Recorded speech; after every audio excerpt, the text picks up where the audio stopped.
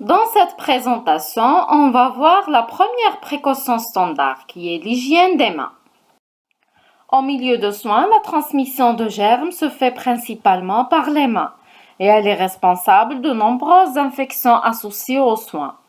De ce fait, l'hygiène des mains permet de diminuer le nombre de micro-organismes à la surface des mains, voire même de les éliminer selon la technique choisie. Et par conséquent, elle va limiter leur transmission et donc elle va diminuer les infections associées aux soins. L'hygiène des mains protège les patients mais aussi les soignants des infections associées aux soins. Et en limitant le nombre d'infections, l'hygiène des mains va permettre de diminuer l'utilisation des antibiotiques et par conséquent, elle va contribuer à la lutte contre l'antibiorésistance. C'est quoi l'hygiène des mains?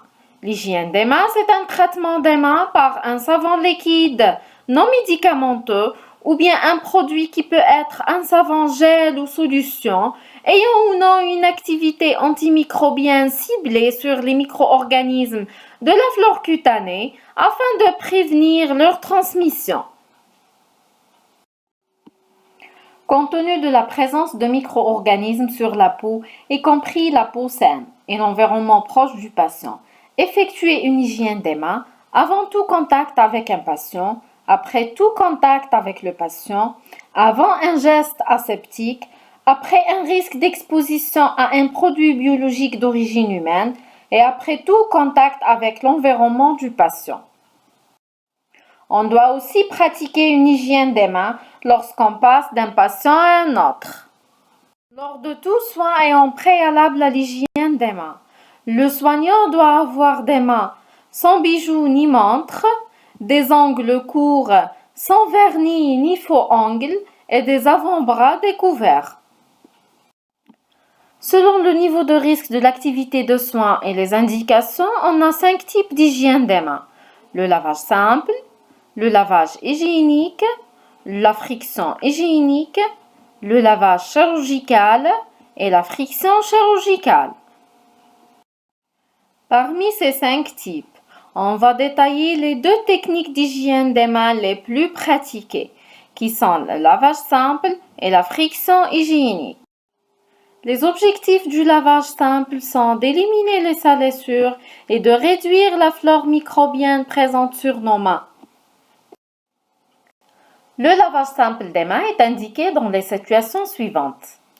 À la prise et à la fin du service, au cours des gestes de la vie courante, avant et après les soins de nursing et d'hôtellerie, lorsque les mains sont visiblement sales et ou souillées, après retrait des gants, c'est la friction est contre-indiquée et ça concerne les gants poudrés. Lorsqu'il y a notion de spores bactériens comme le Clostridium difficile ou bien de Galles ou de pédiculose. Tout ça sans oublier les 5 moments d'indication d'hygiène des mains préconisés par l'OMS qu'on a déjà cités au début de cette présentation. Le poste de lavage où on va réaliser un lavage simple des mains doit être composé des éléments suivants. Un lavabo sans trou de trop plein, un robinet de préférence à commande non manuelle, du savon liquide doux, un distributeur de papier essuie-mains, du papier essuie-mains jetable, une poubelle sans couvercle ou bien à commande non manuelle et un protocole affiché détaillant la technique du lavage simple des mains. On va voir maintenant la technique correcte du lavage simple des mains. Il faut d'abord mouiller les mains et les poignets sous l'eau courante. Prenez une dose de savon liquide doux, mais il ne faut jamais utiliser le savon en pain. Savonnez les 2 mains soigneusement pendant 20 à 30 secondes.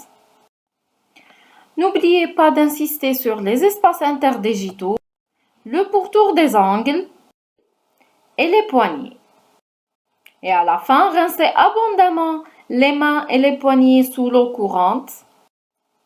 Séchez soigneusement par tamponnement les 2 mains en utilisant l'essuie-mains en papier. Et avec le même essuie-mains, arrêtez l'écoulement d'eau afin d'éviter la recontamination des mains. Puis jetez l'essuie-main que vous avez utilisé dans la poubelle à commande non manuelle.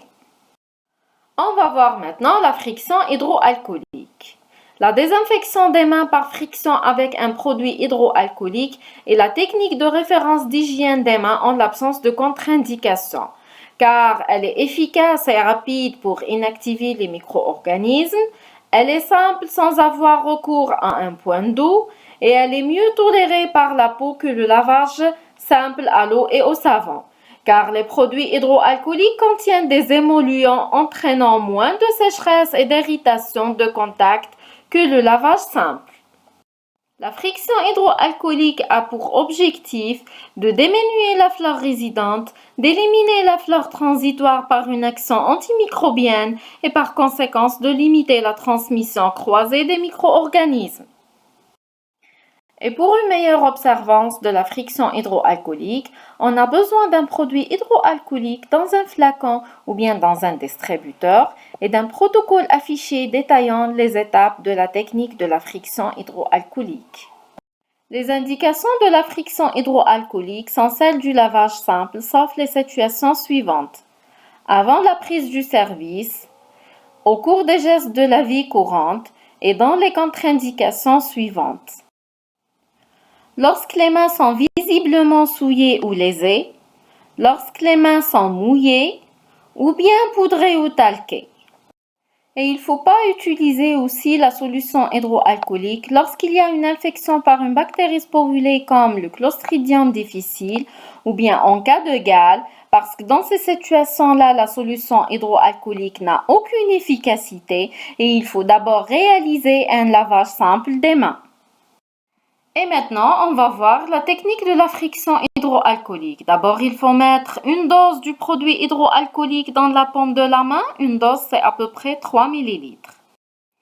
Puis, on va frictionner paume contre paume pour étaler le produit.